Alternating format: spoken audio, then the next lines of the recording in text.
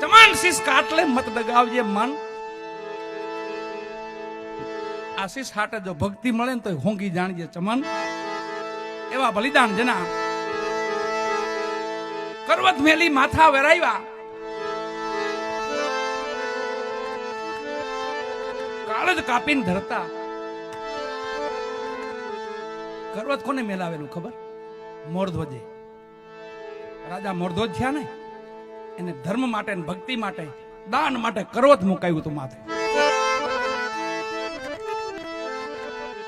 પણ મોરધ્વજની ટેક કેવી ખબર? રાજા મોરધ્વજની ટેક કેવી? સાધુને ભાળે એટલે ભગવાનને ભાળે. સાધુને ભાળ્યા નથી, પકડ્યા નથી. બાપુ હાલો રાજમાં હાલો. અને રાજમાં એવો ઢંઢેરો પીટાવી દીધો કે સાધુ માટે બધાય દ્વાર ખોલા, બધાય દ્વાર ખુલ્લા રાખવાના, કોઈ પણ સમય સાધુ આવી શકે. આવું એક મહાન પ્રતાપી રાજા, ટેકીલો રાજા. અને એક દિન સમય 12 ગામ જવાનું થયું. હલાવો ભક્તિની શક્તિ કેવી છે જોઈજો તમે. ભજનની શક્તિ કેવી છે, હરિનામની શક્તિ કેવી છે. તમે ભજન કરીને આ બધી ઉર્જા પ્રગટ થાય. પણ બેલેન્સ ભેગું કરવું જરૂરી છે. આપણે બીજું બેલેન્સ બહુ ભેગું કરીએ છીએ. બીજું બેલેન્સ ઘણું કરીએ આપણે, પેઢીઓનું એની પેઢીનું એની પેઢીનું, એવું બેલેન્સ બહુ ભેગું કરીએ. પણ આ જે બેલેન્સ છે ને, આમાં ખાતામાં થોડું ખોલાવું તો એનો જવાબ મળે.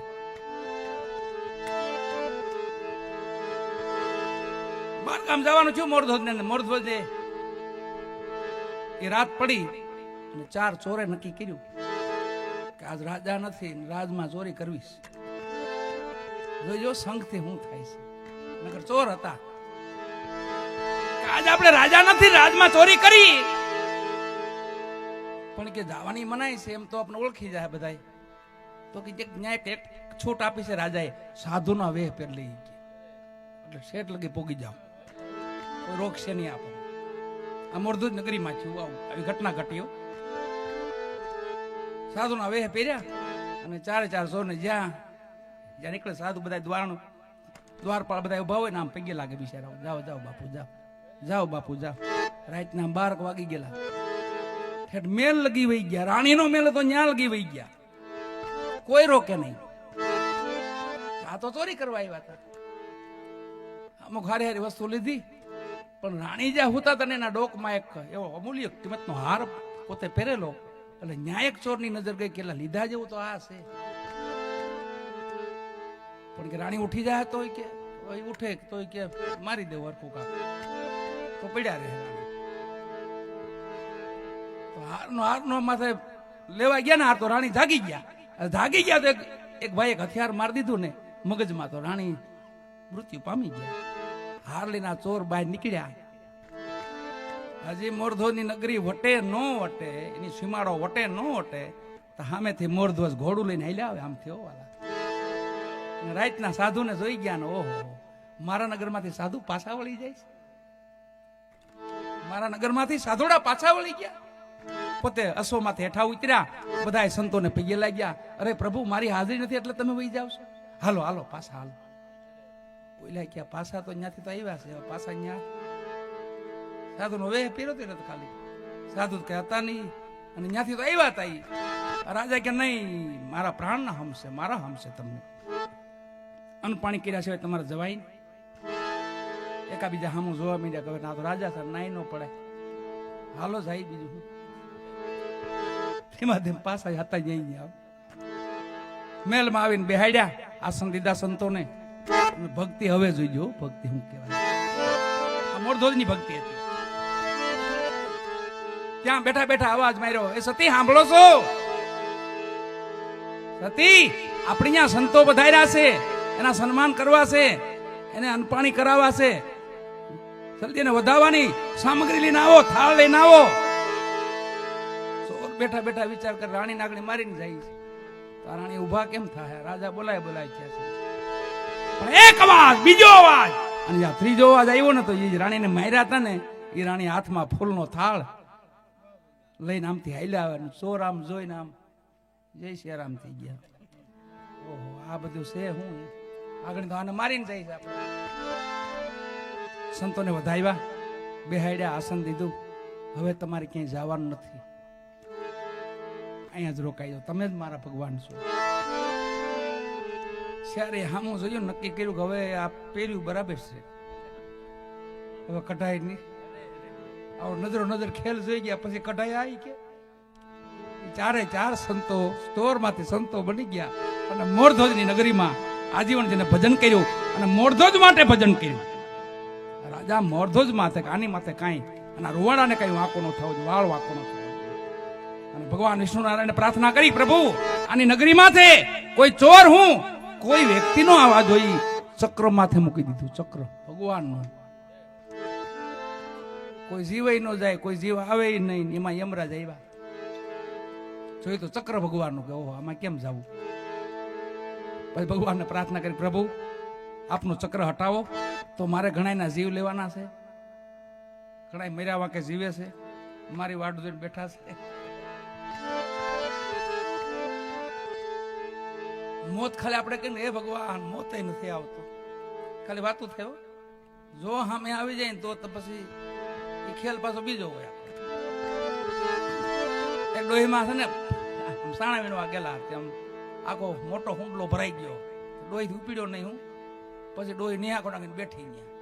હે રામ મોતે નથી આવતું, તો મોત થામો ને ઉભી શું કામ છે મારી? તમને જો કરી બેટા તું કોણ? કે માં તમે મને ન બોલાયો, મને એ હું છું કાળ મોત. લે મારો દીકરો હારું છું આવ્યું, હુંડો સડાય વાલું ઘર ભેગી થાવ, તું આમ જા. એટલે વાતું થાય કાલ મરવું દોયલું છે. ભજન વિનાનો આત્મા હોય ને, કોઈ મરે ને, ભજન વિનાનો આત્મા, કોઈ સેવા વિનાનો સમરણ વિનાનો આત્મા હોય ને તો હજારો લાખો વિશે ડંખ મારે ને એવી વેદના થાય જીવ છોડવટાને.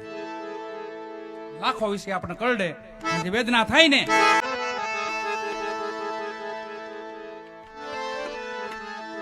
મહારાજા ભરથરી અને સતી પિંગળા બે અટારીએ ઉભા છે અને સામેથી એક નનામી નીકળી.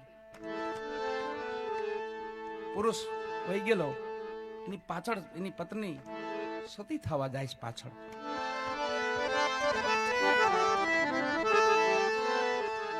મહારાજા ભરથરીએ પૂછ્યું પિંગળાને કે સતી આ ભાઈ નું તો આખું પૂરું થઈ ગયું, એટલે ભાઈ તો વહી ગયા, પણ આ દીકરી પાછળ શું કામ જાય છે? તઈ સતી પિંગળાએ કીધું કે હે નાથ, અમારો સ્ત્રીનો ધર્મ છે, અમારો પતિ જગતમાં ન હોય ને અમારા માટે સંસાર મિથ્યા થઈ જાય છે, દીકરી સતી બનવા જાય છે, એનું જીવન પૂરું કરી દેશે કે હા? તો જગત તમને સતી કહે છે, તમે સતી છો? પરીક્ષા કરી હો, તમે સતી છો? હા ના તમે પણ સતી છે, હું પણ સતી છું, પણ થોડોક ફેર છે.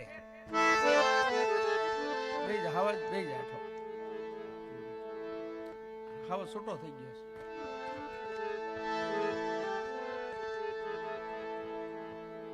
આ જોડા મોટા છે તારા, માપના નથી. બીજાના પેરી નાટા મારે છે.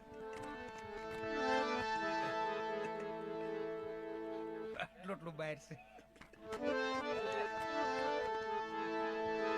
બાળક છે ને રાજા છે ભાઈ, બાળા રાજા કહેવાય ને. એક માસ્ટર સાહેબ એક છોકરાને પૂછ્યું, વિદ્યાર્થી ભણતા તેમાં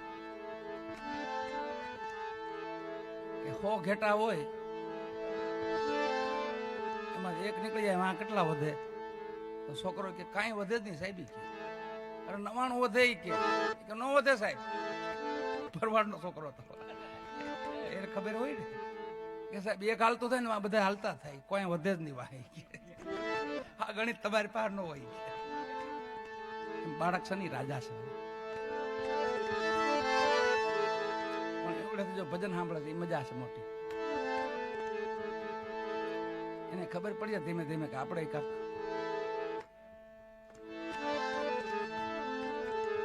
એમ. સતી પિંગળાને મહારાજા ભરથરી પૂછે છે તમે સતી છો કે સતીમાં ફેર છે? એને શમશાને જવું પડે છે, અમારે શમશાને ન જવું પડે. અમારા ધણીના અમને ખાલી સમાચાર મળે ને કે ધણી હાજર નથી અમારું પ્રાણ પંખીડું ત્યાં ને ત્યાં ઉડી જાય. એમાં ને મારામાં એટલો ફેર છે. એને મહાણે જવું પડે, શમશાને જવું પડે, અમારે ન જવું. એ વાતમાં 3 મહિના જવા દીધા. મૃગલા ખેલવા ગયા વિક્રમ અને મહારાજા ભરતરી બે. મહારાજા વિક્રમ ને ભરતરી બે ગયા. મહારાજા ભરતરી ત્યાં એને વાત મગજમાં યાદ આવી કે સતી એમ કહેતા કે મારો પ્રાણ ત્યાં ત્યાં નીકળી જાય. આવા સતી છે. હાલ એનું પ્રમાણ લો, હાલ એની પરીક્ષા કરો. અને પરીક્ષા કરીને વિક્રમને કીધું ભાઈ વિક્રમ, કે હા ભાઈ, કે તમે અત્યારે જાઓ, ઉજ્જૈની જાઓ અને સતી પિંગળાના મારા સમાચાર આપો કે મહારાજા ભરતરી સિંહના શિકારમાં કામ આવી ગયા. અને વિક્રમ ઓળખી ગયા કે સતીની અત્યારે પરીક્ષા કરવા માંગે છે. આ તો ઝેરના પારખ્યા છે. આનું પારખ્યું હોય નહીં ભાઈ. આ તમે શું બોલી રહ્યા ખબર છે તમને? કે મને બધી ભાન છે, મને બધી ખબર છે કે સતી છે, નો પારખું કરાય એનું. કે મારો હુકમ છે. રાજા કોણ છે? કે રાજા તમે છો ભાઈ. મારા હુકમનું પાલન કરો, જાઓ અત્યારે જાઓ, સમાચાર આપો. હુકમ થયો ને આલ્યા વિક્રમો. સતી અટારીએ ઉભા હતા. એક અશ્વને જોયો, એક ઘોડાને જોયો. રાજાનો ઘોડો ન જોયો, એને અશ્વ ન જોયો. સતી હામાં ઉતર્યા. ખબર પડી ગઈ લગભગ મારું પૂર્ણ મારી પરીક્ષા લે.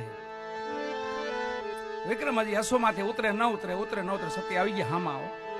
કે વિક્રમ, રાજન ક્યાં છે? કે સતીમાં મને ઘડીક વાર હેઠો ઉતરવા દો, પછી બધી વાત કરો. નહીં, પેલા વાત કરો. મારે એને છેટું પડી જાય. મારે એને છેટું પડી જાય.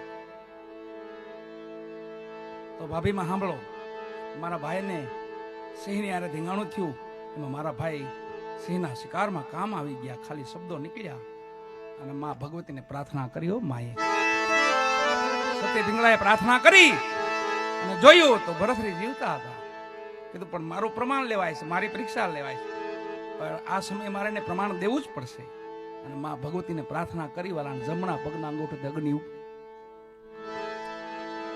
હજી વિક્રમ અશ્વમાથે બેહે ના બેહે તા તો અડધું અંક તો આખું હળગી ગયું. મારતે ઘોડે ગયા. મહારાજા ભરતરી ધીમા હાલ્યા આવતા હતા. કીધું જલ્દી કરો ભાઈ, જલ્દી કરો. કે શું વિક્રમ, શું બન્યું? કે ખાલી તમારા સમાચાર મેં આપ્યા ને અને જમણા પગને અંગૂઠેથી અગ્નિ ઉપડી ગઈ. અત્યારે તો બળી ગયા છે. અને મારતે ઘોડે મહારાજા ભરતરી આવ્યા. જ્યાં જોયું ને તો રાખનો ઢગલો પડેલો. ઘોડામાંથી ઉતરીને રાખ લઈને શરીરમાં લગાડવા બીડા. પિંગળા એક રટણ લાગી ગયું. પાગલ જેવા થઈ ગયા. અને ગોરખનાથજીને યાદ આવ્યું કે હવે બરાબર, હવે સમય છે. ત્યારે જાલગી સતી પિંગળા હતા. તાલગી કોઈ ભગવાન યમરાજ પણ ન આવી શકે. આવું સતીત્વ હતું એમનું. અને મારા ભરતરી રખા માથે બેઠા છે. એક જ રટણ, સતી પિંગળા એક જ રટણ. અને સામે ગોરખનાથજી આવી ગયા.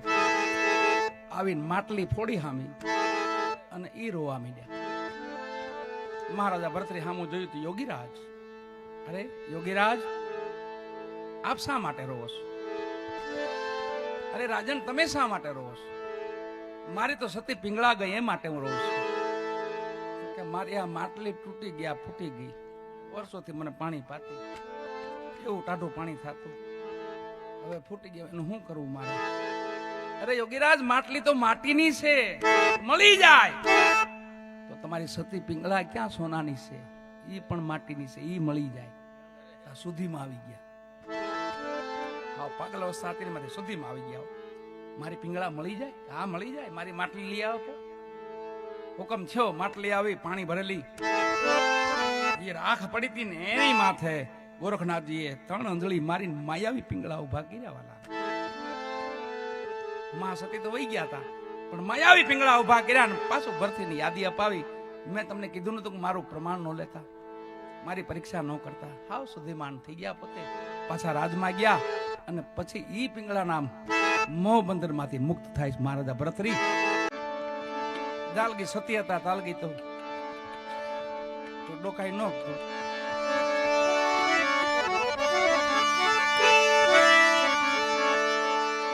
આપણે ભોળપણની વાત કરી કે ભોળાનો ભગવાન તો એ સત્ય છે અને એના પ્રમાણ છે આખા. એક મહાપુરુષ થઈ ગયા એવા ભોળા ભરવાડ ભગત ગુરુ મહારાજની સેવા કરે, દૂધ પાણી પોગાડે, લાકડા પોગાડે. પણ હાજે એક વાત કરે કે બાપુ તમને કઈ ભગવાન મળે ને તો મને દર્શન કરાવજો. તમને કઈ ભગવાન જો મળે તો મને દર્શન કરાવો, તમને તો મળતા જ હોય. ભોળા ભગત હતા. ગુરુ મહારાજ કે કોઈ વાંધો નહીં ભાઈ, મને મળશે હું તમને દર્શન કરાવીશ. પણ એ વાતમાં 12 વર્ષ વીતી ગયા અને પછી એક દી ભગત થોડાક બાપુને કહેવા માંડ્યા, બાપુ હજી ક્યાંય મળતા નથી. 12 વર્ષ વીત્યા. બાપુ બરાબર ધૂપ ધ્યાનમાં લાગેલા. કીધું ડુંગર એક જ વાત લઈને બેઠો છો ભગવાનની, ભગવાન મળે તો બતાવો, ભગવાન મળે તો બતાવો. એક કામ કર્યું, એટલે કૂવો છે ને એમાં ભગવાન છે, એમાં પડી જાય. ઓહો, હા નજીક બાપુ એટલા ને 12 વર્ષ કાઢ્યા તમે. વેલું કીધું તો વેલો પડી જાય. ભોળા હતા પોતે. દોટ મૂકીને જ્યાં કુવામાં પડવા ગયા,